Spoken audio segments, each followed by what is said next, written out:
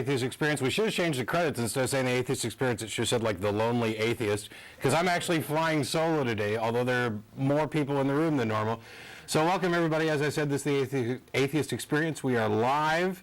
This is a public access call-in television program. We'll have the number for you quicker than normal this week, I guarantee you. We're going to do things a little bit different since I'm flying solo, and as soon as the announcements are over, we're going to put the numbers up. You guys can call in and talk about whatever. I'll ramble in between. I may take questions from the crowd. We'll have some good discussions. We can talk about whatever you want. And if the show sucks, it's your fault for not calling in.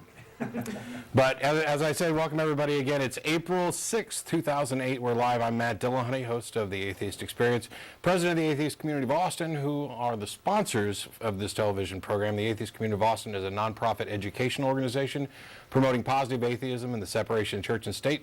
We have weekly meetings every Sunday at Romeo's on Barton Springs Road beginning at around 11 o'clock, except for the first Sunday of the month, when we host a lecture series at the Austin History Center located at the corner of 9th and Guadalupe.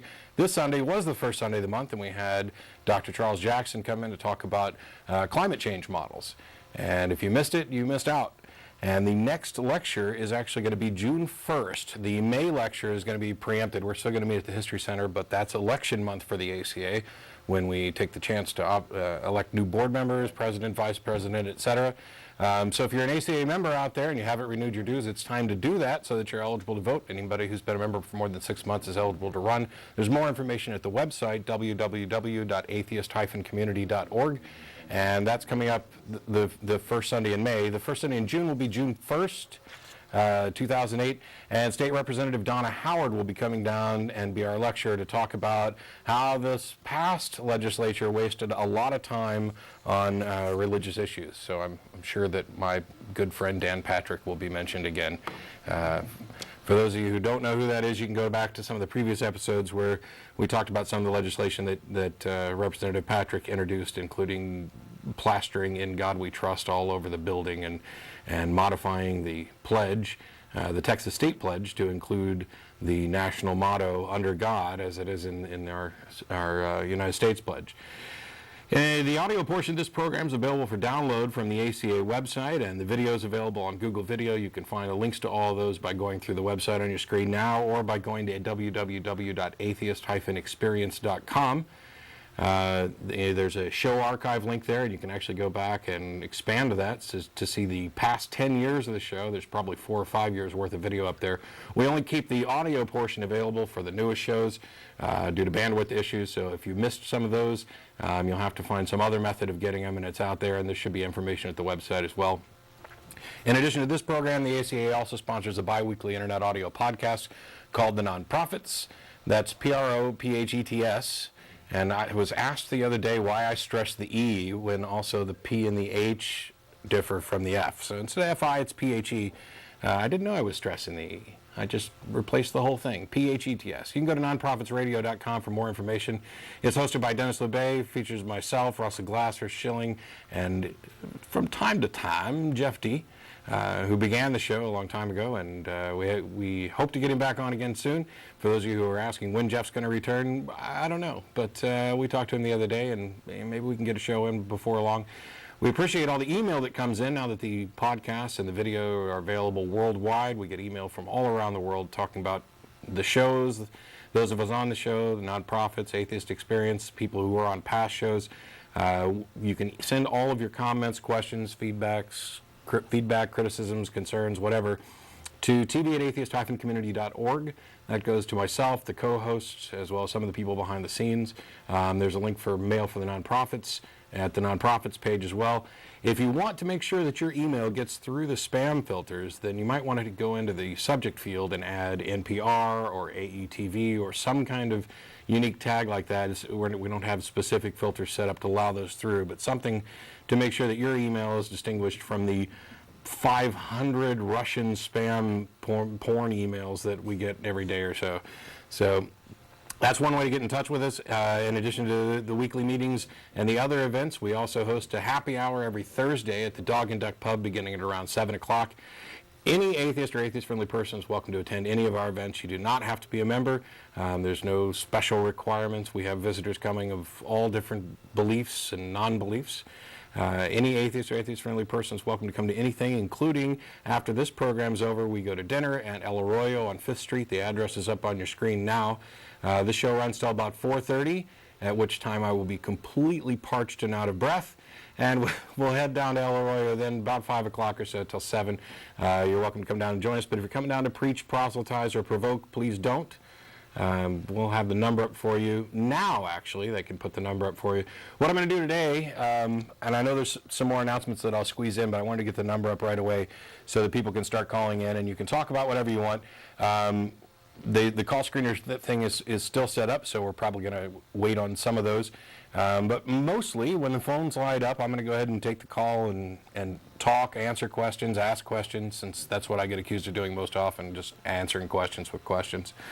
And we'll talk about whatever you want and try to get through it kind of quickly. It's a bit of an experiment. The normal process of the show, which means that somebody's probably tuning in late and is going to miss all this, is there's a co-host with me who presents some kind of topic for discussion. So sometimes it's an educational thing, sometimes it's an interesting observation of their own. They're not here today, and I got bits and pieces of things that I can talk about, but I'd rather talk to you. The purpose of this program is being sponsored by the Atheist Community of Austin, which is a nonprofit educational organization promoting the separation of church and state and positive atheism.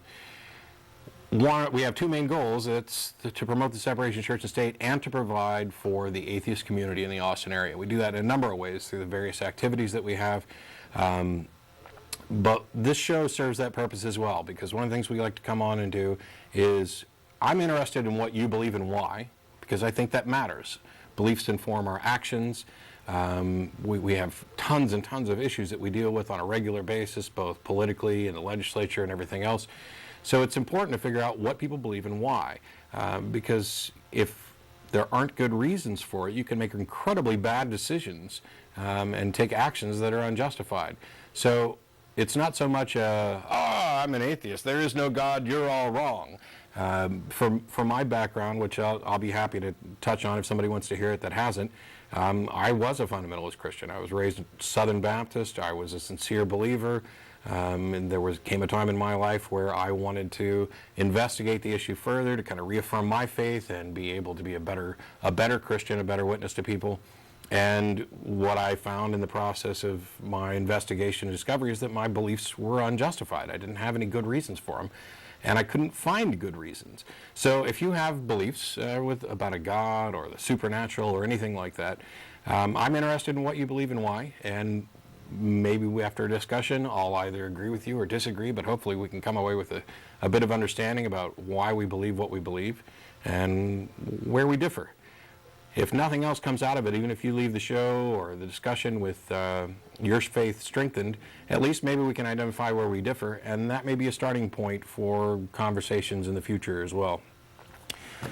And there was something else about the ACA that I was going to squeeze into that announcement, and I've forgotten what it is. Anyway, the phone lines are live. I'm going to start talking about a handful of things today. There's a slight, for those of you who check the website, Frank's not going to be on today, but he will be on at a future time. There was a scheduling problem, and it was mostly my fault. And so in addition to him not being here, I didn't actually go through and dig up a bunch of stuff for today. But as what we end up doing is focusing on answering questions and having good conversations. We'll hopefully get into more of that. I wanted to start off today with a couple of news items that have come up recently. For those of you who watch the show in Illinois, it's time to get out a pencil and a piece of paper, because in your state legislature you have a representative by the name of Monique Davis, who's a Democrat out of Chicago. And I think it's time for some of our listeners to perhaps send a letter if you feel, no matter which way you feel on the issue. Here's the background story. Rob Sherman, who is partially responsible for the injunction against the mandatory moment of silence laws, was testifying before the legislature on another issue. Basically, the governor, somehow or another, and the details are still kind of sketchy, managed to shuffle $1 million to the Pilgrim Baptist Church, which had burned down. I don't have all the details. I'm not sure anybody does. There have been claims that he had promised to help them rebuild the church after it burned down. But the thing is that the government just can't give funds to churches. There has to be this separation of church and state. They can't go supporting one church over another, or one religion over another, or a type of religion over another, or irreligion over religion. It's a religion over irreligion. It just, you have to remain neutral in order for religious freedom to matter, count for anything. So what's happened is this $1 million, and I think there's an investigation going on, was slated to go to the Loop Lab school, which from the reports that I've read is, I don't know, under investigation for tax evasion and filed like 3 years of back returns in one day. And you know, they've got a convicted felon running the thing, but the money that was supposed to go to this school got shuffled off to this Baptist church so they could rebuild. Well, Rob Sherman, who as I mentioned was partially behind eliminating or postponing or freezing the mandatory moment of silence laws, was testifying before the state legislature about what the Illinois governor had done, and in the process he irritated Representative Monique Davis. And I'll just tell you what she said, and if you like what she said, you can write her and tell her that, and if you dislike what she said, you can tell her that as well. She stood up and said, "I don't know what you have against God, but some of us don't have much against him," which kind of makes me wonder, what exactly do you have against him, Representative Davis? I mean, if you don't have much against him, then clearly you got something against him. So I guess there's some little room to ask some questions there to her as well. She says, "We look forward to him and his blessings, and it's really a tragedy. It's tragic when a person who is engaged in anything related to God, they want to fight." She didn't make much sense when she said that, but I'm pretty sure what she meant is that it's tragic when somebody is constantly trying to oppose anything having to do with God. They want to fight prayer in schools. I don't see you, and she's talking to Sherman, fighting guns in schools, you know. I'm trying to understand the philosophy that you want to spread in the state of Illinois. Okay, pause. He's not trying to spread a philosophy in the state of Illinois or anywhere else. And I said Illinois earlier, didn't I? Oh, I'm going to get email for that. He's not trying to spread a philosophy in Illinois. The absence of religion is not the presence of some other philosophy. It's like when we talk about the Ten Commandments monument that is a horrific abuse on the lawn of the state capitol here in Texas, but the Supreme Court grandfathered it in thanks to Justice Breyer. Love you. That little piece, that little scrap of ground where that Ten Commandments monument is a religious display. I don't care if they called it secular or not. If you've got a big monument that starts off with, "I am the Lord thy God, thou shalt have no other gods before me," it's a religious display. But all that other ground on the Capitol that doesn't have any monument on it, that's not atheist ground. It's not, the grass growing out there isn't presenting some philosophy. Simply opposing people and laws that impose people's religious views on others. Opposing that is not the implementation of some broader religious philosophy. If anything, the philosophy that he's spreading is freedom. The fact that we are all free to hold whatever beliefs we want. And by the way, for those of you who are out there listening, thinking about calling in and having a discussion, I'll play mostly nice today. I'm not here to beat up on people because I recognize that belief isn't subject to the will. It's not like you can just choose what to believe. You've been convinced of something, and I don't hold it against you, and you have every right to believe what you want. I'm only concerned, or primarily concerned, with what actions take place on behalf of those beliefs. So to continue with what she said about him trying to spread this philosophy, she says, "This is the land of Lincoln. This is the land of Lincoln where people believe in God, where people believe in protecting their children. What you have to spew and spread is extremely dangerous. It's dangerous." Now, first of all, Lincoln's religious views, not that they matter at all, are pretty ambiguous. While he did read the Bible and mention God a lot, he was really private. He never was a member of any church, and some of the letters from his friends suggest that at different times in his life, he was an atheist or a freethinker, and I'm not going to say what he was because we have no way of knowing. And mostly it doesn't matter at all what his religious views were. The Founding Fathers' views on religion were varied. There were deists and Christians and theists and atheists and freethinkers. What their views were really don't matter. They did something good. They established a country that was based on secular principles. They came together despite their religious differences, and perhaps I should say because of their religious differences. They came together and formed a secular nation, a secular government that guarantees that all of them had the right to hold their beliefs and to practice them, and that none of them can infringe upon the rights of others. That's the important thing. It's the religious differences that promoted this idea of religious freedom. Lincoln's views don't really matter, but you can't just say that Lincoln was a Christian, or, it just doesn't fit. There's no evidence for it. But what his views were don't matter. What she's doing is there's an atheist up here testifying, and she's getting up and saying that his views are dangerous. And so he asked, what's dangerous about him? And she says, it's dangerous to the progression of this state, and it's dangerous for our children to even know that your philosophy exists.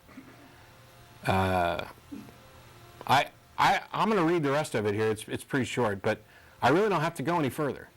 I mean, once you admit that what you're really trying to do, that your beliefs are so vapid and unsupported that the mere presence of somebody else's philosophy or somebody else's position that you're wrong is a threat that you need to protect your children from, you've lost. The truth has nothing to fear from investigation. The truth has nothing to fear with contrary opinions. Do you think evolutionary theory is running scared of intelligent design creationism or flying spaghetti monster or whatever somebody's come up with, as an alternate view? No.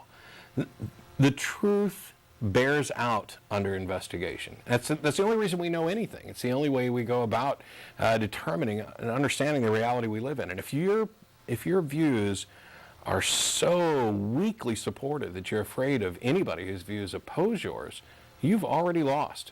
You've already admitted that you have no justification for believing what you believe. You might as well throw in the towel. Admit it.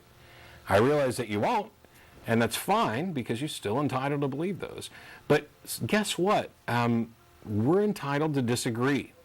We're entitled to hold views that are different from yours, that are perhaps directly opposite of yours on some things. I think a lot of believers would be surprised at how many different things, or how many things atheists and theists have in common. I mean, we are, after all thinking, loving humans. So there are going to be similarities. And by the way, the atheist, I was going to say atheist position. It is just a position. It's not a philosophy. It's not a worldview. It doesn't tell you anything at all about what you should do. It doesn't tell you anything at all about what you should believe. It's a direct response to theistic claims. It's a disbelief of those.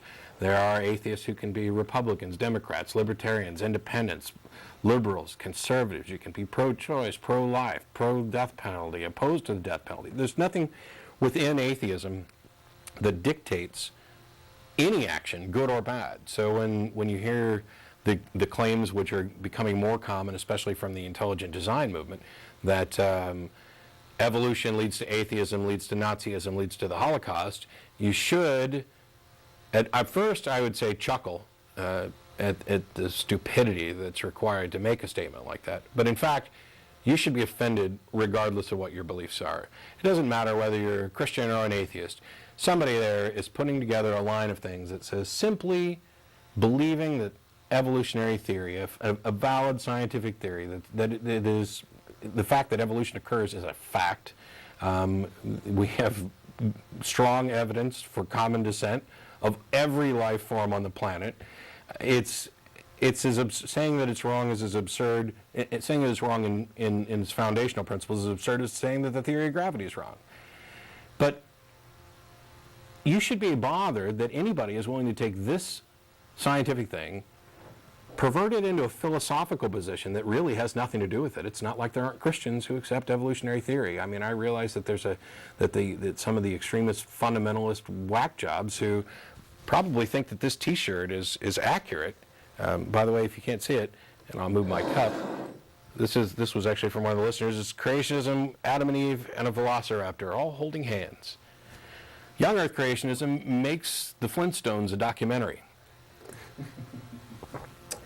But you should be offended by anybody who wants to go and follow that path, because they're linking things that shouldn't be linked.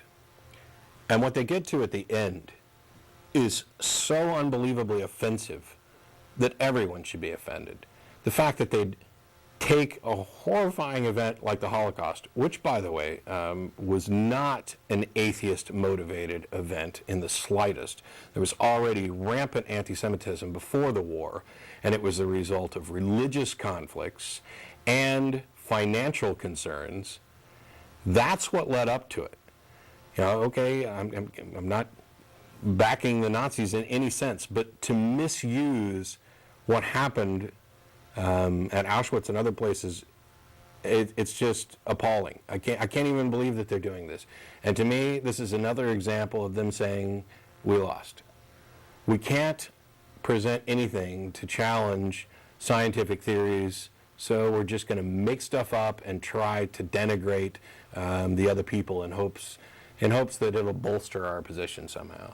It's borderline insane, and it's definitely immoral and unethical and offensive. And if you're not offended, I don't know what's wrong with you. If you're not offended, you can call in and tell me why you're not offended. Why is it that you think it's okay to link evolution to the Holocaust and stick atheism somewhere in the middle? So after saying that it's dangerous for children to even know that atheism exists, essentially, Sherman says, thank you for sharing your perspective with me. I'm sure that if this matter goes to court, and then she interrupts him and says, you have no right to be here. We believe in something, you believe in destroying what this state was built upon. Yeah, sorry, he has every right to be there. He's a citizen, just like you. He has every right to be there. He has every right to his beliefs. He has every right to take actions on behalf of his beliefs. He has every right to protect his freedom of conscience, freedom of religion, freedom of speech. Just because you happen to buy into the same thing that the first George Bush did, where he said that he didn't think that atheists were necessarily patriots or citizens, doesn't make you right. And for those of you in Illinois who are surprised to hear about this or supporting it, you can go either way. That's Representative Monique Davis out of Chicago. I'm sure she'd like to hear from you, whether you support her or not. There are, oh boy, I got a handful of things. Not enough, but here's another story. Actually, I'm gonna wait on that one for a second. In addition to that story, I got an email with somebody wanting to talk about atheist discrimination and if there were examples of atheist discrimination. And of course, we're producing the show out of Austin. Austin, great town. I don't run into a whole lot of discrimination. Yes, occasionally some caller will call up and, threaten to punch me in the face or whatever, but I have the feeling that they're more interested in hearing themselves on television than they are about actually doing anything. I don't know. Are any of you aware of any serious cases of discrimination against atheists here in the Austin area that we run into? I'm not aware of too many, but it does happen. And one of the things that I refer them to was the Smolkowski case out of Oklahoma, which I may go into some details in a little while. But there's discrimination of another sort that we end up kind of working in opposition to. And it's really kind of complicated to talk about, but people have this understanding that they have the right to their religious beliefs. And so they think that this gives them carte blanche to do whatever they want on behalf of their religious beliefs. But that's not true. You can't sacrifice your kid just because it's your sincere religious belief that, this is a good thing. The state actually will step in and try to prevent it and punish you if you actually do it. We don't allow you to do whatever. We kind of bend rules on occasion. There's a religious tribe that just recently fought and won the right to use hallucinogenic drugs as part of their rituals, despite the fact that they're illegal in the United States. I'm not quite sure exactly where I stand on that. I'm pretty sure that as long as it's illegal, it should be illegal for everybody, and we don't need to bend the rules for religious groups. On the other hand, whether or not it should be legal is a separate question. But it seems that the basic idea behind religious freedom and governmental neutrality is that the only valid position the government should ever take with regard to religion is one of complete neutrality, hands off, and the only time they should intervene is when they have to settle some sort of dispute between competing religious views. My rights end where yours begin, your rights end where mine begin. And there is some overlap, and those are the areas where we sacrifice rights to be part of a cooperative society. We freely give up the right to do whatever we want in order to live together because we realize that what we do has impact on other people. So this discrimination claim that comes from some theists is often one of they'd like to go and do whatever they want with their religion, including imposing it upon other people through legislation. Now, you're free to vote your conscience and you're free to vote based on your religious views. But when you try to stop them from doing that, for example, take the case of government-led mandatory prayer and Bible readings in schools. Now, this was removed largely in part of Madalyn Murray O'Hair, who became the most hated woman in America. And to this day, mainly Christians. I don't want to just pick on Christians, but we do live in a country that's 80%-ish Christian. We'll say, oh, Madalyn Murray O'Hair, she was evil. She wanted to get rid of prayer in schools. And this representative was doing much the same thing. Oh, you just want to get this mandatory moment of silence out of school and all this other stuff, and you really don't care about kids, or instead you'd be working on getting guns out of school. That's kind of a red herring claim there. But they're lying about what Madalyn Murray O'Hair did. She didn't remove prayer from school. You can still pray in school. Kids can still pray quietly to themselves. They can even have groups. You've got Campus Crusade for Christ on colleges. You've got Teens for Christ at public schools. They can have those organizations, and as long as they're not using government funds or through mandate requiring other people to participate in their activity. It's not like you could bring in Josh McDowell for a student assembly and require the entire student body to go down there and listen to him preach. That's not the case. All right. Well, we're starting to get calls. So we got James. How you doing? Hey, I'm doing great. What do you got?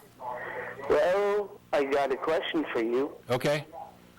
My question is that you said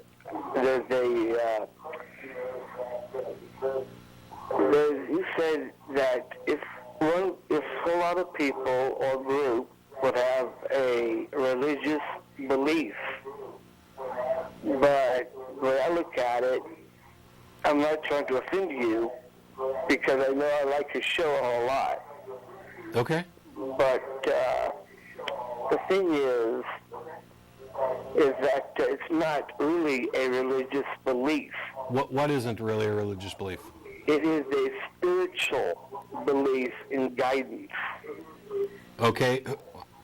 I understand that you may be making a distinction about how we go about talking about things, but I'm not sure we're talking about the same thing, or that it really makes much difference. But go ahead. Hey, can we turn that up just a smidgen? All right. So you're making a difference between calling it religious and calling it spiritual? Yes, sir. Is your primary reason for doing this that you want to make a distinction between organized religions and individual spiritual views? Yes, sir. Okay. I'm fine making that distinction. I'll be happy to rail against organized religion and what it does, but the individuals that are members of those religions, whether they have personal spiritual views or not, they still end up supporting those religions, and they take actions because of those beliefs. That's what I'm objecting to. All righty. But I just don't understand you guys at all, because since I'm a Christian, like you're saying, there's no existence of the man himself. One more time? You're saying, like, you don't believe in the God Correct. or Jesus.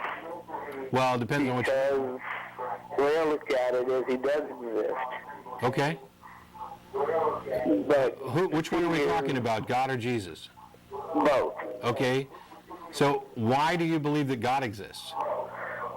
If we didn't have God, then how can we have babies that grow up to be adults? Yeah, there's this theory of sexual reproduction. I don't want to be. I apologize. I'm not trying to be overly silly about this, but we know where babies come from. I don't see why that requires the intervention of a supreme being or whatever you want to find God. I mean, it's a purely natural occurrence. Well, in your opinion, No, you would say in reality. about science and the knowledge of babies No, in reality, it's not just in the opinion. womb. It's not just an opinion. In reality, the creation of life, the baby that you're talking about, is a purely natural occurrence. A sperm and an egg meet, it's fertilized, it begins cell division, DNA is replicated, and it builds a new human. And there's nothing in the process that requires the presumption of some kind of transcendent governing intelligence to manipulate anything. Because the way I look at it is, once you are nothing, then you're something in return as nothing. Okay. Yeah, I used to not exist, I exist now, and eventually I won't exist again. Correct. Is that true for you? Yes, sir. So when you're dead, it's over. When it's over, it's over. So what? I mean, you called yourself a Christian before, but now you're saying that when you're dead, you're dead. So you're not going to heaven? Yes, I am. But the life that we have on this planet will not exist. But you're living in a better place with the spiritual realm. It has a better way of living than this one. And what part of you goes there? Your spirit, your in your soul. And what makes you think that there is such a thing as a soul? So there is a soul in every human being. There's a being within yourself that has enough energy that shows compassion for other people. Is it an energy we can measure, like with a meter or anything? I mean, is there any way to show that a soul exists? Souls do exist, sir. I understand you believe that. I promise I'm not trying to be mean. I know you believe that. I'm just asking what the justification is. And if I ask, why do you believe that souls exist, and you come back both times with souls just exist, I don't know. I don't know if that would be convincing. You see shows that have like haunted mansions or something, and they have scientists to come in and have videotapes. Yeah.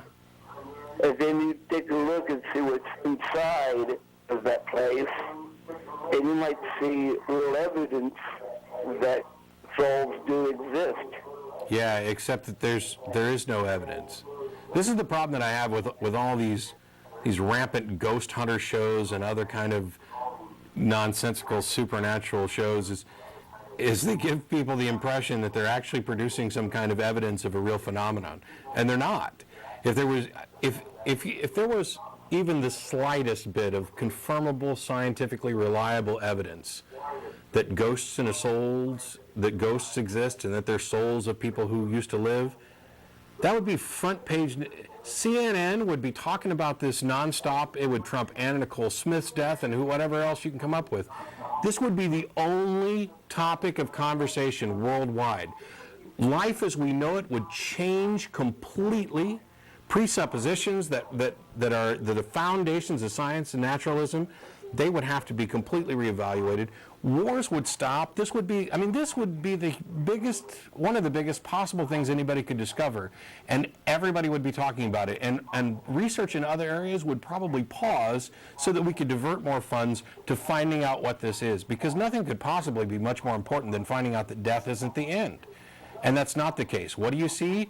You see late night shows with a handful of guys with a little meter and a black and white shaky cam running around in houses scaring themselves to death over nothing.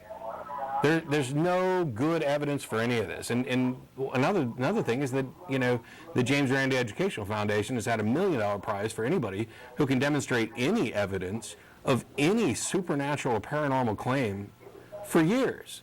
Nobody gets past the initial stages of submitting an application to see if you can do it. That goes for dowsers, astrologers, homeopathy they've tested, just anything.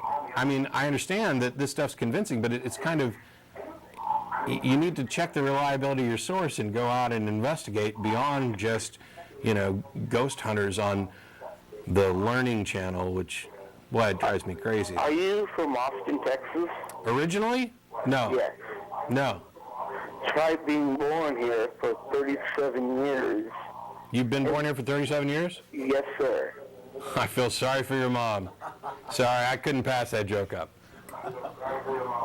It was about taking 37 years to be born. But anyway, what was the point?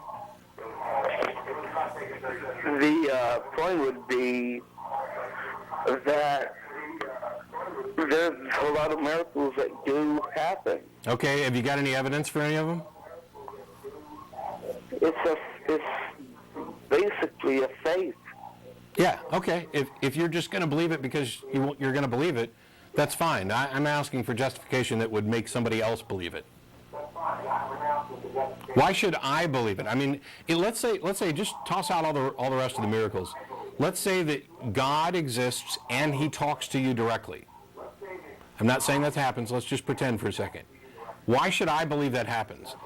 There's no way for you to demonstrate to me that this is actually happening. Well, how about this? Mm-hmm. What about you fast for about 40 days? 40 in days? the desert? I'm pretty sure I think that would probably kill me. Plus, I like to eat.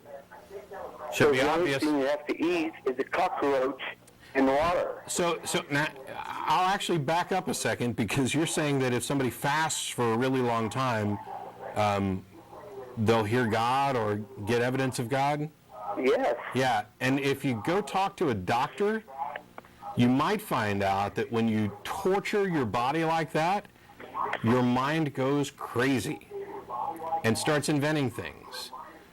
It's no surprise to me at all that somebody who starves themselves for a long period of time starts to see gods. What's surprising to me is that the gods people always see when they're doing this fasting or when they have this near-death experience is always identical to the God they were raised in. You don't find Hindus seeing Jesus.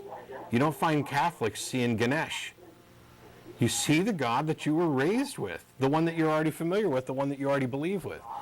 If you had more examples of these near-death experiences and religious things where some Buddhist in the process of meditation, he saw the Virgin Mary on a cracker and converted, that might be news. But anyway, I got full lines. I gotta let you go, James. I appreciate the call. Thanks very much. All right. Hey, is it Steve? Yes. How you doing? I just want to have a general chat with you. I've got several topics. I'll try to make it quick. No hurry. Where we agree is that religion is a man-made event. It is a group of people leading people through rituals and dogma. Right. And we have no argument there.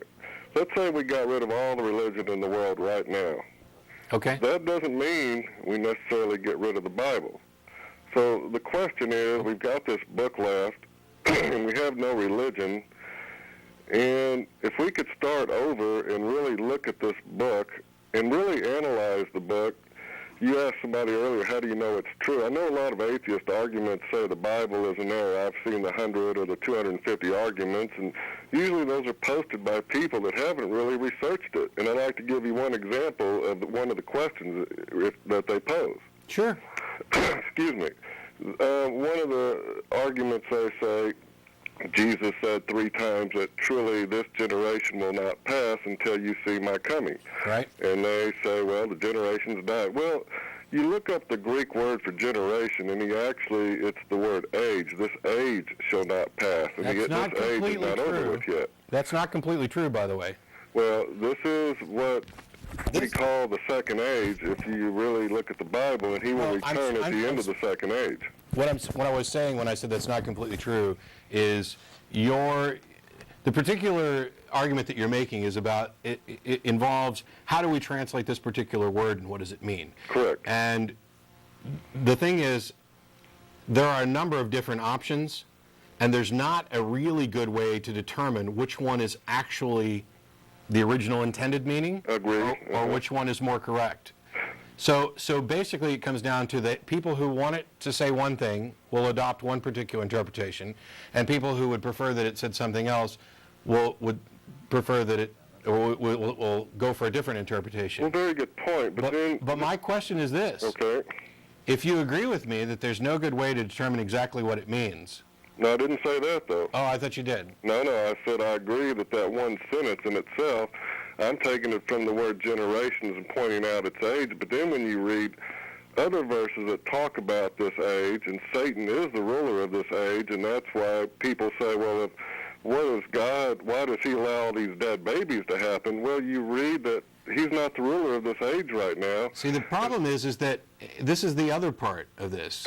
And part of the problem is that some people go for different interpretations of the word.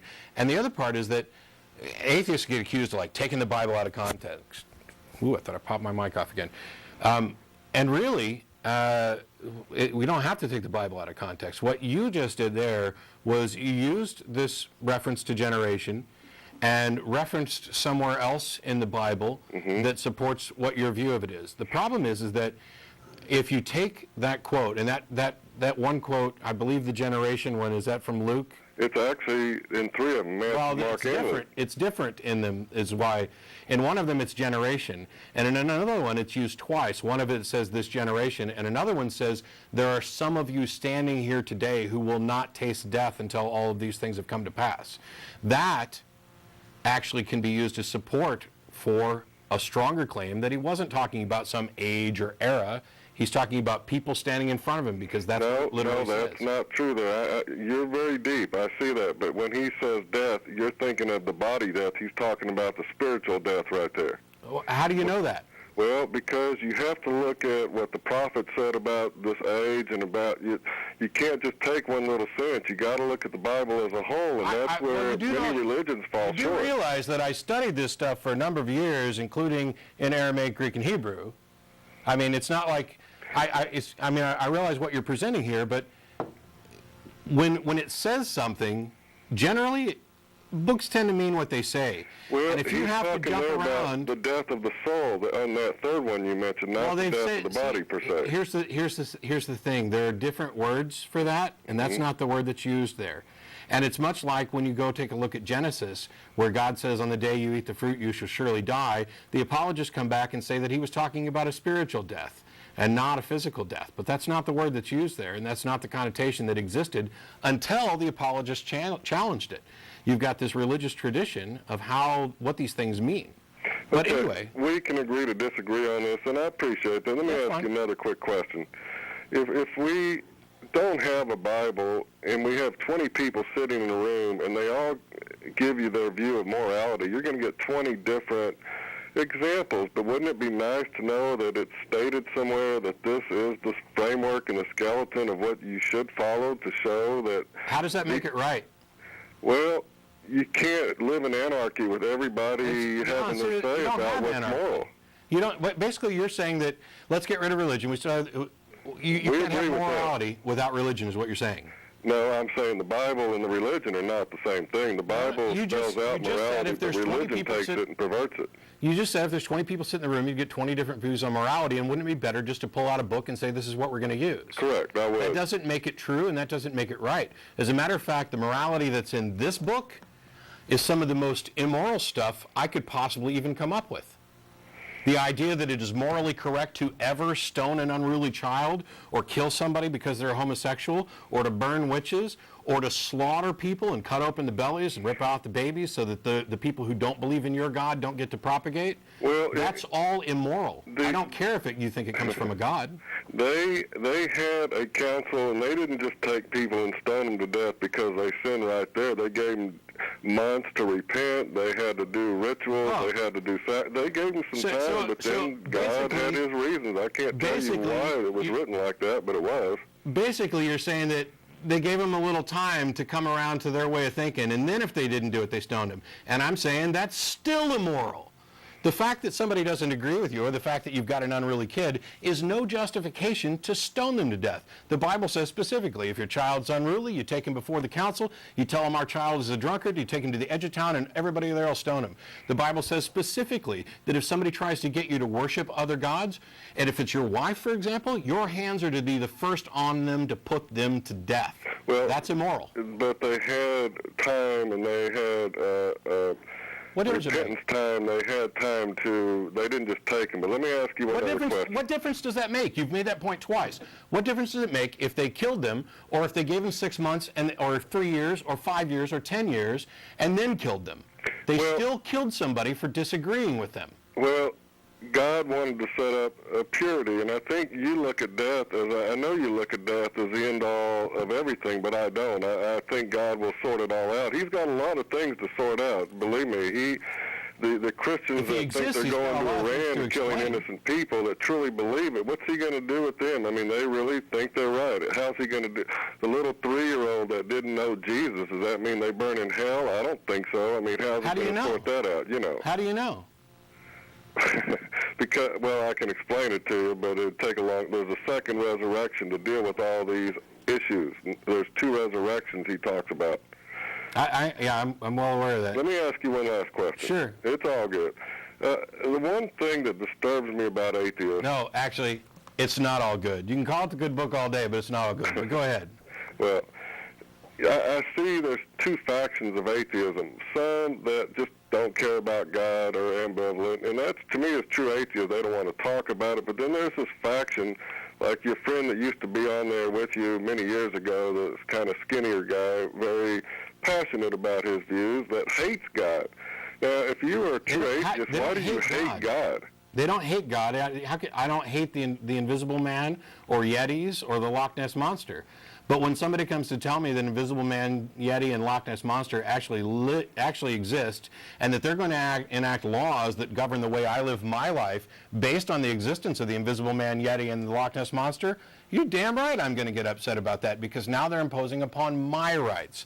You get to believe them all you want, but you don't get to impose those rights on other people. Well, the laws of the Levitical Bible, do you think they're there to help you or hinder you? In other words, pork is bad meat. He doesn't give you these things to limit you. He gives these things to protect you. I eat pork. Well, you better go do a parasite cleanse. Okay. Yeah, I mean, at the time, it was probably a pretty good idea. Yeah, they're still full of parasites. It's bad meat. At the time, it was probably a pretty good idea to limit the diet in some sense. But that doesn't mean that this was wisdom from God. As a matter of fact, there's nothing in this book that seems to be any kind of revelation beyond the Bronze Age traveling thugs that wrote it. Well, he didn't put an expiration clause on it. It's man that's through technology and science that censored it. Do you have to keep to the 613 laws? The more I learn, the more I actually try to do. I haven't had shrimp in 2 years. I thought Jesus fulfilled all that, so you didn't have to do all that. I try to keep. I think as you learn more about those, then you're coming to a higher calling, and you don't want to be a hypocrite if you truly believe the book. But you said you were a Christian. Too. You said you were a Christian, so... No, I never said that. You didn't? No, I didn't. I'm not a Christian. I apologize then. Yeah, that's okay. So you're not a Christian? Huh? So you're not a Christian? No, I am a believer in Jesus as the high priest to pray for your sins, and I believe in the Levitical laws, and that's it. No religion. Christians do not follow the laws of God. They are anarchists, in my opinion. They got good hearts, but they're deceived. So what? I just want to understand this, because this is a different, and like I've said, there's over 1,000 denominations of organized Christianity, and just as many or more individual views of Christianity. So you say Jesus is the high priest that you pray to for forgiveness of sins. Correct. Is he still alive? Well, yes, spiritual soul. He is alive. Is he part of the Trinity? Pardon me? Is he God? Well, what is God? Yeah, he is. He and the Father are God. There's no such thing as a Trinity. Okay, so it's Jesus and God, no Holy Spirit. No. Holy Spirits are his messenger angels. He tells them, he sends them. The Father sends them. God communicates to people through angels. There's no God, Father talking to people directly in their mind, and he does not tether them like a spider web. So what was the burning bush? Was that a fiery angel? Yes, if you read in Exodus. And when Moses saw God's ass, was that an angel's ass? It says the angel of the Lord appeared, and then he starts talking as God. Even in Revelation, he says this is the revelation of Jesus is sent by his angel. It's always been an angel. I moved past the burning bush. I'm talking about the verse that says Moses saw God's backside. Well, it was an angel. If you read before it, it says it was an angel. That's all. Well, actually, it says God there. Sorry. I think it's Exodus 3:2. It says the angel spoke, and then it sounds like God. It always is an angel. That's the burning bush. I moved past that already.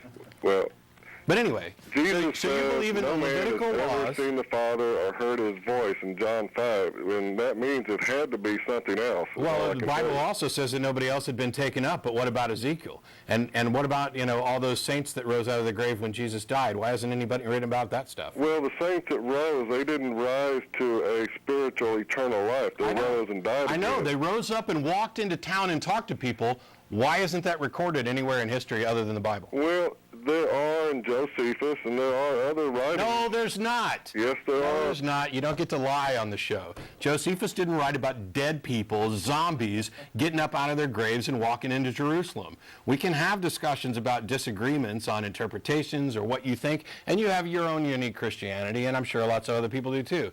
Yours is slightly different than somebody else's. But when I ask, why wasn't that written about, you don't get to quote Josephus at all. Because there's only one passage in Josephus that actually talks about Jesus at all, and it's almost universally accepted as a 4th century interpolation. It's a modified thing put in by Christians, and still nowhere in there does he talk about zombies coming in. Nobody talks about any of the events. Matter of fact, there's not a single date from the life of Jesus that we can establish. And I'm not saying he didn't exist. I don't know either way. I don't care either way. What I can say is that the people who claim that he did exist, they've still got quite a burden of proof. And when you talk about the death and resurrection and what happens in those books and where they agree and where they don't agree, you don't just get to go run off because you heard Josephus' name once and make up this fact that he talked about zombies. He didn't. I've read the Antiquities. I've got a copy on my laptop. You don't get to lie on the show. Sorry. And we got Joe. How you doing? As a reminder, Joe, before you get started, since they put it up on the screen, we are going to El Arroyo after the show. We're off in about 35 minutes or so. Any atheist or atheist-friendly person is welcome to join us. We'll be there from around 5 to 7. How you doing, Joe? Okay. Am I on? Yeah, you're on. What do you got for me? Have you ever heard of the La Brea tar pits in downtown Los Angeles? Yeah, it's actually redundant because La Brea means tar pits. Whatever, but they've got a diorama in this beautiful museum that a millionaire put together. They've got thousands of bones. They're still digging them out of the tar. And on the man chart, the life chart on the diorama, halfway through at 400,000 years, man appears. Yeah. Now, and this wasn't the Garden of Eden. It was just a couple of people standing there with a caveman type. What happened to God all these years before? Why did he choose 400,000 years to drop man on? See, here's the problem. Okay. You're accepting science. And as we're all well aware, as it shows on my T-shirt, the Earth is only about 4,000 to 10,000 years old. So all that stuff is just science lying. The Earth really isn't that. It's 4,000 to 10,000 years old. It's all right here. We can chronicle everybody from the very first man and woman, Adam and Eve, right up to, somebody in the New Testament, and then go on from there. So, it's just all. How could you possibly be fooled by this science stuff? You mean this 400,000 years and the carbon dating and all this stuff? Some scientist there in L.A. just made it up and painted it on the wall. Yeah, and he got all the rest of the scientists to go along with him, and then he fudged radiocarbon dating and all the other evidence. Thank you very much. Thanks, Joe. Enjoy your show. Bye. Have a good day. Joe's fun. I like that. So we ended up, talking a little bit about the young Earth creationist stuff, and I get a lot of email about oh, you're incredibly patient with callers, or oh, you're incredibly mean to callers. So I try to mix it up a little bit, and really all I'm interested in is having a good discussion where somebody somewhere, I'm not necessarily trying to convince them any more than they're trying to convince me, somebody somewhere gets something out of it. But when we talk about, for example, Christians who accept evolutionary theory because it's science, I don't pretend to know how they reconcile the two. I've read explanations, and I don't find them any more convincing than the people who are trying to reconcile young Earth creationism with scientific evidence. But it happens. So, I mean, you can't say that somebody is necessarily tied into one thing. But, we had a presenter today for the lecture, and I asked him a couple questions at the end of the lecture. One of them was, he talked about how there's geological evidence that 100,000 years ago, the sea level was about 6 meters higher than it is now. Wow. I mean, we're able to actually look and see scientific evidence that we can date to 100,000 years ago, which already makes the literal interpretation of this a flat lie, and say that the water was 6 meters higher than it is now. So I asked him, is there any evidence at all that somewhere in the last 6,000 to 10,000 years, the entire Earth was covered with water? And of course his answer was no, because that's the truth. I also asked if he was going to date the Earth, would it be more accurate to date it in thousands of years or in billions of years? And he, of course, said billions of years. So we'll be inviting him back, because he's carrying the party line, this big scientific lie that's rubbing creationism the wrong way. We got William. How you doing? Hi. How are you? Okay, I just have one question. Sure. First of all, I'm quite upset with the long, uninformed people that call. They Right. just take too long. You ought to have a time limit on their stupid or beliefs. I just want to ask, I've talked to several Christians who claim that Jesus did exist, and they all mention this Jewish writer, Josephus, yeah. Yes. Is it true that he mentioned Jesus in it? It's true that there's a passage in there. It's not true that Josephus mentioned Jesus. What it is Josephus was a Jewish historian. Now, first of all, it should be noted that even if Josephus did include a passage about Jesus, it still doesn't count as contemporary evidence, because if Jesus actually existed, he was dead by 33 AD or so, and Josephus wasn't born until after that and didn't start writing until the end of the 1st century, or late 1st century. There's one passage in the Antiquities that talks about Jesus, but it's either a complete fabrication which has been inserted, because if you remove it and read the rest of the text, it flows. The story goes and goes and goes, and then there's this passage inserted that has nothing to do with what he's talking about, and then it returns to what it was talking about. That's possible, but that's not, it's not unusual for people to, look, I'll talk for hours and insert little fragments of stuff left and right, so I'm not going to fault Josephus if he went off on a tangent for a second. But the thing is, what he says is, and around this time there was a man called Jesus. He was the Christ. He was wise, and blah, blah, blah, blah, blah. Josephus was not a Christian. He was a Pharisaic Jew, and there's absolutely no way that he could have ever written the words, he was the Christ. Now, if he could have been talking about, some people believed that he was the Christ, but that's not what he said. The way it's written, it's accepted by most scholars that it is at least partially a we don't want to date it too much, but I think it's 4th century Christian interpolation where somebody went in and edited it. One of the good reasons we know this is because some of the early church fathers, like Origen, who had access to the Antiquities, don't mention it. This would have been quick and easy for any of them trying to justify their religious views. And these guys were well read. They knew where to look. They quoted from each other. They quoted from writers all around this period of time, and not one of them referenced this passage in Josephus. It's not even heard of until late 3rd century, early 4th century, I think. Does that answer your question? Yes. Thanks. Appreciate the call, William. We got, oh boy. Is it eyes? Yeah. Just eyes? 3 eyes. 3 eyes? Yeah. I've talked to you before several times. Sure. I say I'm a witch doctor, and I like to talk about how some science proves the existence of spiritual things rather than God. I'd rather say spirit. But anyway, today I want to talk purely politics as it relates to atheism and Christianity, because I believe it's important. It's a right now issue. Okay. It's very important. Okay. Am I on?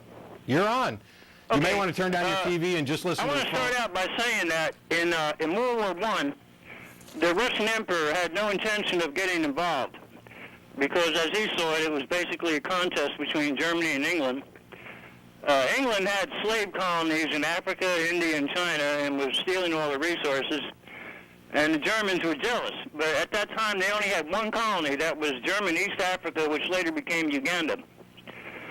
And between the two of them, Germany was the moral force, not England, our ally. At any rate, the Russian emperor was persuaded by the British Secret Service to get involved in the war. They probably were. Hang on. I put you on hold. I didn't hang up. I'm going to get lynched after this show if I let you ramble on about war stuff. You got to get to a point that's relevant to the show, or we're going to have to move on. Revolution in Russia. First, the Russian emperor discredited himself with his getting him. I put you on hold again just to see if you're hearing me. The church was discredited.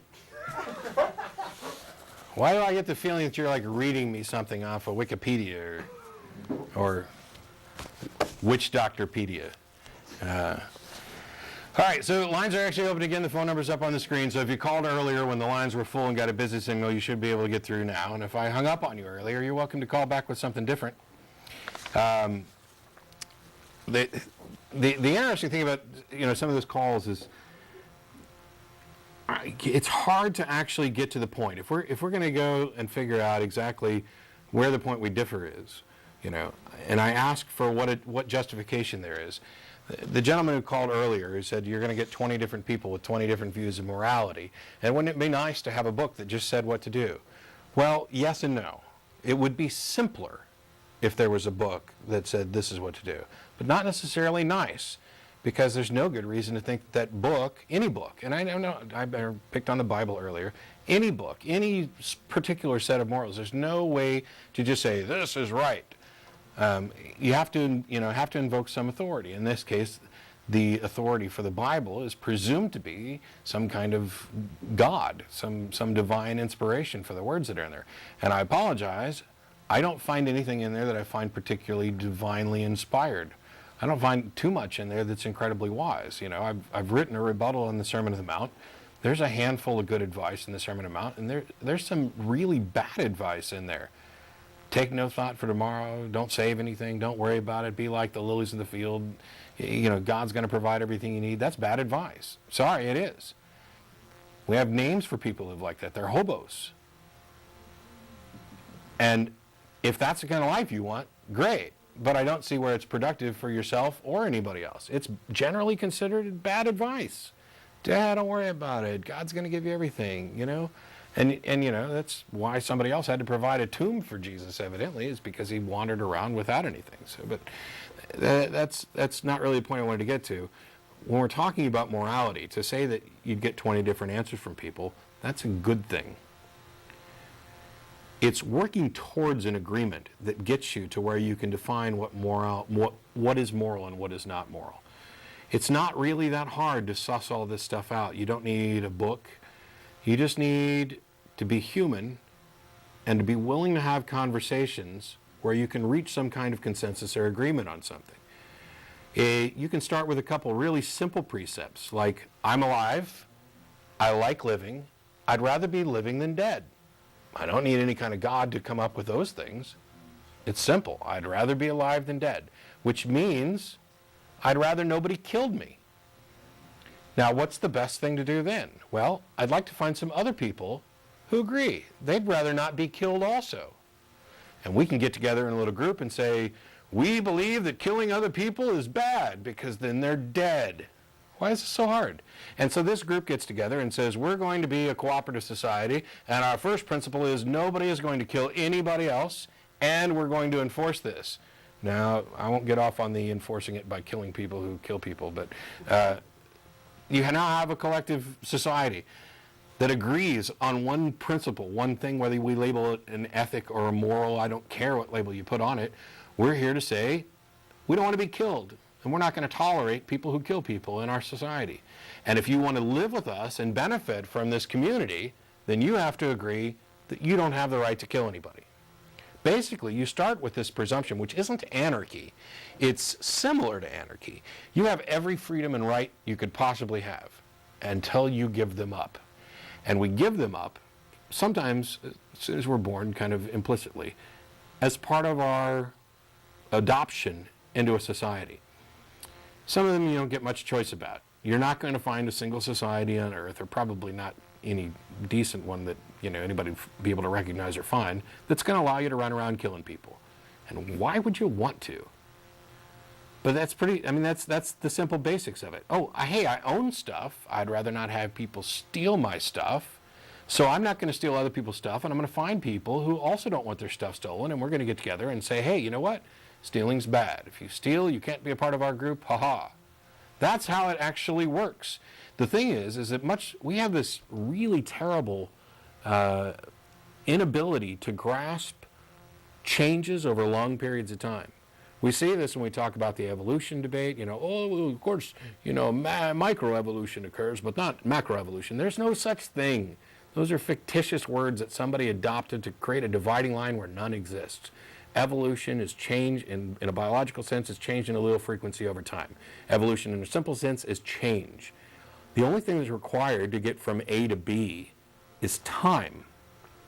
Natural selection acts upon evolution, and you build diversity.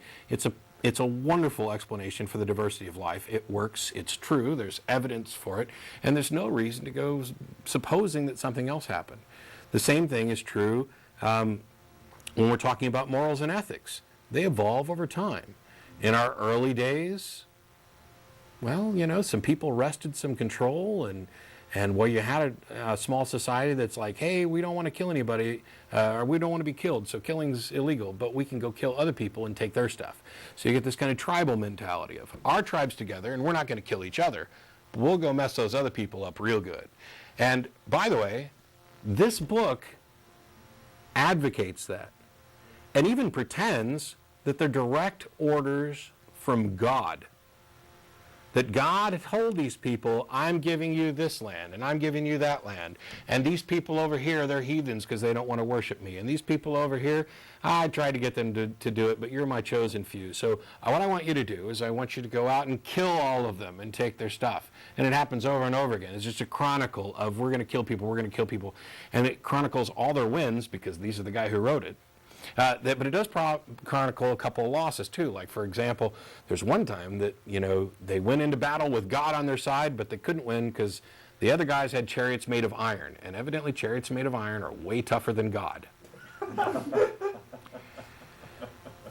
You have all of these events, and which, by the way, you can go to ironchariots.org, which is a counter-apologetics wiki I run for more information on that. The thing with all of these events is that I don't want to make a judgment about what is or was or wasn't moral at a particular time, whether or not you go, you have to do what you have to do to survive.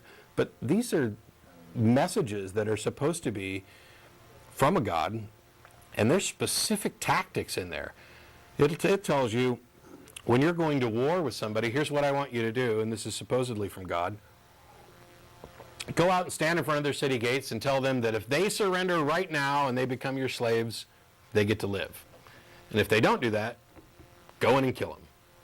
What kind of tactic is that? What kind of choice is that? You're not offering anybody a choice. These may have just been the way of life back then, when we were a bunch of tribal thugs running around killing each other. And we went from a family unit of what is ethical and moral, to a tribal unit of what is ethical and moral, to a city unit of ethics and morals, to a country, to a nation, to international codes. And the hard thing is not in determining so much what is or isn't moral or ethical, it's determining when we disagree, when two groups merge, whose view of morality wins out? Or do neither? Have we both made some mistake? So we tend to build a society where you have the freedoms, unless you give them up, and we impose laws preferably at a very limited rate, where there only exist laws to serve the public and prevent imminent harm. Morality has changed over time, just as biology has, and religion has changed over time as well. The things that were moral in the Old Testament started fading out of popularity by the time we get to the New Testament. So instead of a vengeant God, you've got the turn the other cheek God, although he did get mad at those guys changing money in the temple, and rather than, turning the other cheek or giving them a good sermon or telling them how much God loved them and wanted them to stop doing this or doing just about anything else, he got pissed off, left, and went out and handmade a scourge. Didn't go buy one. He didn't pick up a board that was laying around. He didn't, kick over one of the stands and grab a stick. He went out and made a scourge, which means he took a stick and grabbed a whole bunch of straps of leather and modeled it up with, shards of crap and tied it all up. And then he walked back and kicked all their asses. That's the loving, turn the other cheek God. I think there might be a little bit of a disorder going on there. I mean, just a guess. But it changes over time, and the things that were immoral in the New Testament fade as well. You've got Paul, who's opposed to marriage in general, but then you move on, and they have to merge with other religions, and you can see the influence of the Hellenization of Judaism, and then the impact of the Roman deities and what they worshipped on Christianity. By the way, in early Rome, as we talked about on the show before, Christians were called atheists. That was the name. They didn't believe in the Roman gods. They were atheists. And Athanasius actually stood up and said, no, sorry. We're not atheists. We believe in a God, just like you do. It's just we have this one here. It's those nasty Greeks who are the atheists because they believe in no gods. So that's kind of how the word got shifted. In strict literal sense, you've got theism, which is the proposition or belief that there is a God, and atheism is a response to that. It means without theism or no theism, not no God in the simple sense that requires absolute certainty that morons like Josh McDowell and Ray Comfort would like to have you believe. But, and you guys should really call now, because I'm running out of water. Phone's up on the screen. We're on for another 15 minutes or so, and after the show's over, we're going to El Arroyo. I'm sure they'll put that up as well. I just did plug it. See, they flashed me red. I'm ahead of you today.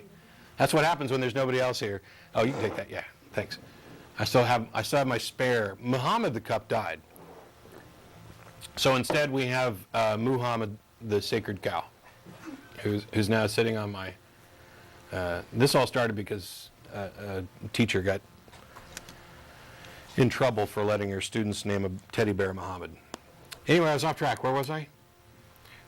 Talking about morals and ethics and how things change over time. Yeah, so things that were taboo and immoral in the Victorian age changed. And all of a sudden you get to the 60s and they're wearing mini skirts with long hair and having sex with anybody who walks near them. Wow, morality really changed. Oh no, this is a backlash. This is the influence of godless heathens trying to destroy our world and take prayer out of school and punish us all and make sure God has no influence over anything. So we've seen that all of that changes. Morality changes, your religion changes, and those modern, moderate, and liberal Christians who generally I like and get along with, who agree that church-state separation is an important factor in religious neutrality, those people who agree that science education is critical and that it should be completely devoid of religion and religious proselytizing. I'm all for having religious teaching in school, comparative religions. I'll even go for a Bible as literature class as long as there's no proselytizing or faith-based anything in it. Those liberal and moderate Christians who are in agreement on those points, that's great. But you know what? You've departed from orthodoxy. You are engaging in a religion that is very, very different from the one that was founded. Oh, I'm sure at the core, you can just say, well, that it's all about a personal relationship with Jesus, and that's all that matters. Great. And you probably won't be doing anything to legislate your beliefs on anybody else. So we can be on the same page there. And we can agree on tons and tons of issues and how the world needs to work. And as long as you don't come and say, this is the way the world needs to work, and when I say why, you say, because God said so. You have to have a good, sound, secular justification for something like that. Because God said, you remember when you were a kid and you'd ask your mom for something and she'd say no and you'd say why, and she said, because I said so. Boy, it drove me crazy.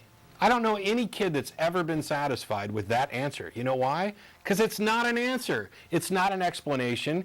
It's an edict. It is, this is the way it is because it is. It's completely unsatisfying, and you should be unsatisfied. And the kids out there should question everything, and the adults out there should question everything, and more of you should start questioning everything right now. I realize that maybe it's not a big issue, maybe it's not a big deal for you. Cool. In the meantime, things are changing and things are being done. The thing I talked about earlier, where you've got an elected representative going into the legislature and basically saying to the atheist, you don't have any right to be here, get out of that chair, what you're saying is dangerous, our children shouldn't know that your philosophy exists, you just hate God. I mean, the next thing she's going to do is say, you're persecuting me by sitting up there and saying something negative about what I believe. Sorry.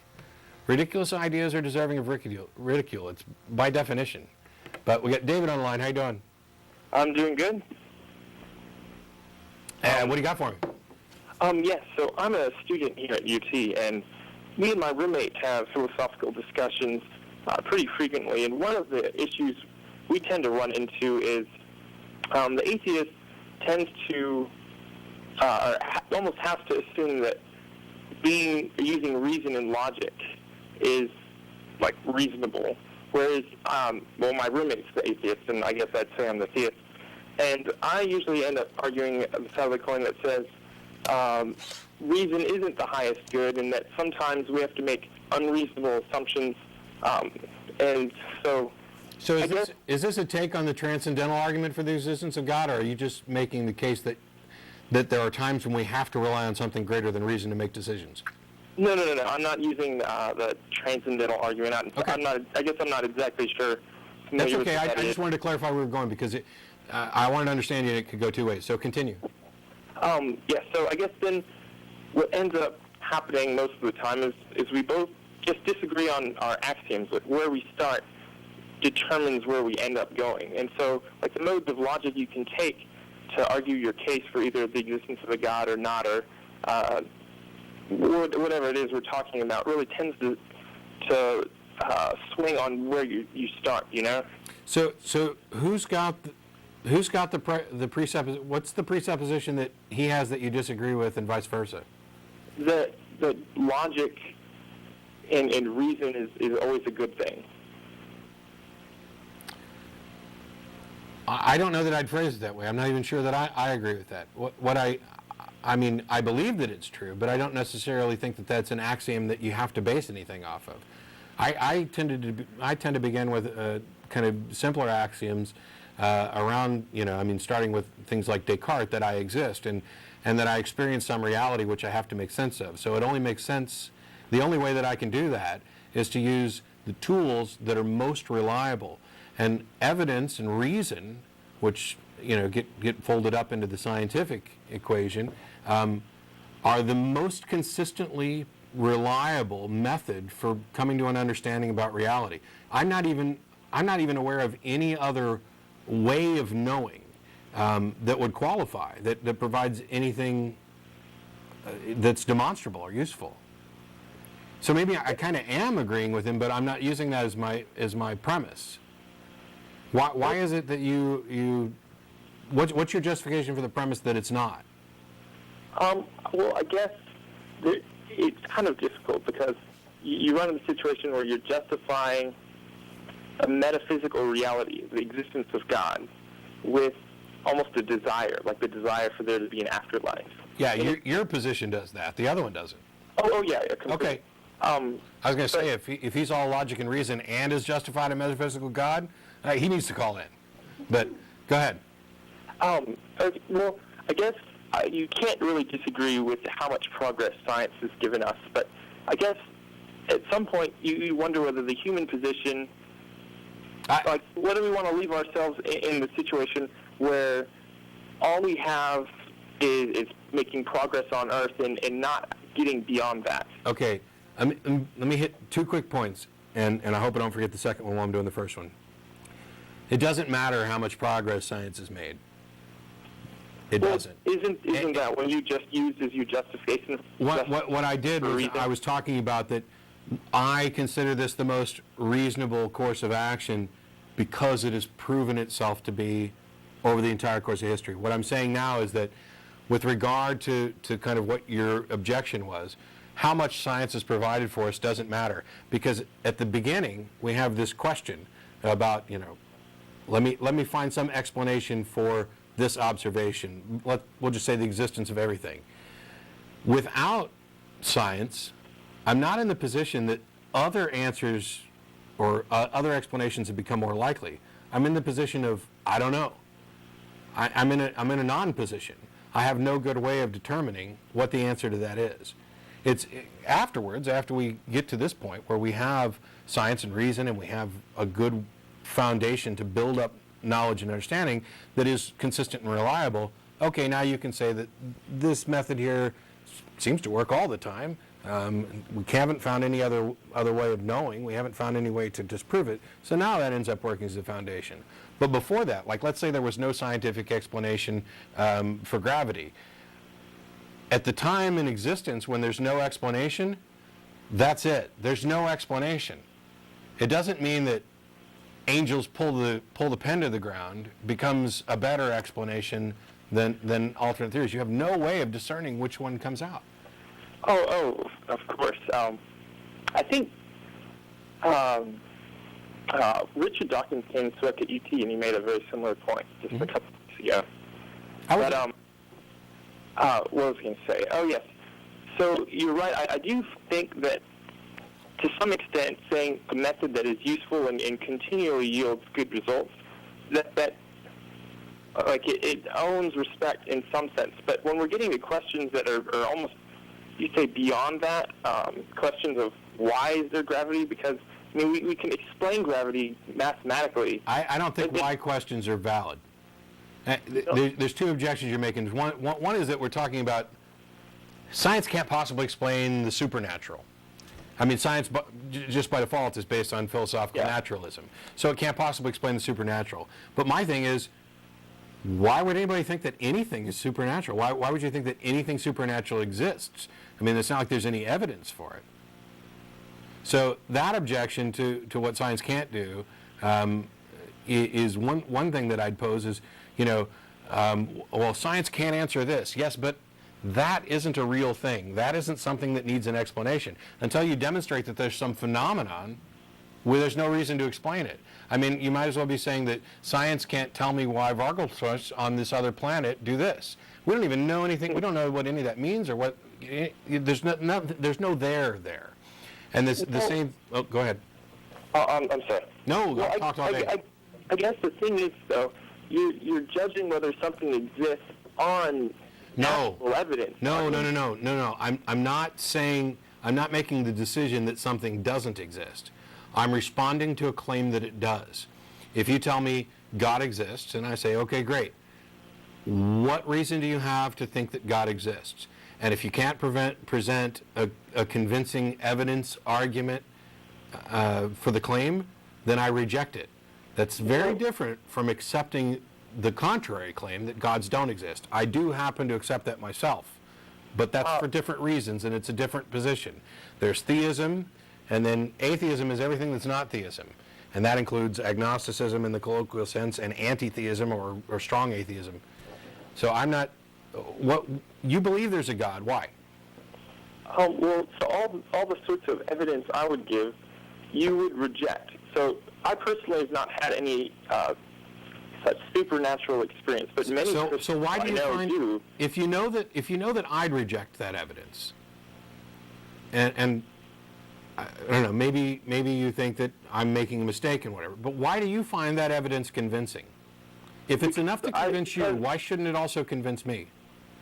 Well, I think the reason it doesn't convince you is because you've restricted yourself to natural evidence, which you yourself said before. Right. It's confined to... But isn't that justified until somebody presents something that's not natural evidence? But doesn't it seem like taking your position would keep you from ever accepting any evidence? Because they would say the sorts of evidence I have isn't of the scientific sort. It's not repeatable in the way science expects. You still have to make a demonstration that your evidence even exists. But, well, unfortunately, this sorts of evidence... Once again, I'm saying I have never felt something like this. This is why I'm figuring and tottering between atheism and theism. But many Christians do say that I've had a personal experience. Right. And that's not something you can present to other people. Absolutely. It's something a scientist would ever accept. And so I'm fine with that. I'm sorry? I'm fine with that. If somebody says that I believe in God because I've had a personal experience, that's great. I haven't had that personal experience, so it doesn't count for me, but I believe that they're justified. And if I had some kind of personal experience that I could, confirm and not dismiss as, something else, I'd be justified in that belief too. I have no problem at all with saying that the individual is justified. But Thomas Paine, who I won't actually quote, made this, or no, it was either Paine or Hume, made the point that revelation is necessarily first person only. Revelation is first person. To everybody else, it's hearsay. I like that. I did too. But yeah, I'm fine with people who believe for that reason. But however, I think you can go to build a logical argument out of that, which is so many people who tell me that they believe for that reason, that they've had a personal experience, will also say, and you can have that personal experience too, and here's all you have to do. And I mean, Ray Comfort does this crap all the time of, all you need to do is hit your knees and pray and be sincere and God will reveal himself to you. Well, you know what? I was a sincere believer for the vast majority of my life. I did believe, I did think I had some experiences kind of like that. I have hit my knees and sincerely asked, and it didn't happen. So the only conclusion I can come to is that either you're lying, you're mistaken, or your God doesn't like me. In any case, there's no reason for me to believe. It's fine for that individual, though. I think that's a logically acceptable position. But I guess I do tend to run into atheists who don't think that sort of position is viable. So I guess there's that. I had one other thing I wanted to bring up real quick. I got a minute and a half. Oh, wow. What was it? Oh, what do you think about more militant atheists? Do you I don't think any such thing exists. I think that's a catchphrase, militant atheist, fundamentalist atheist.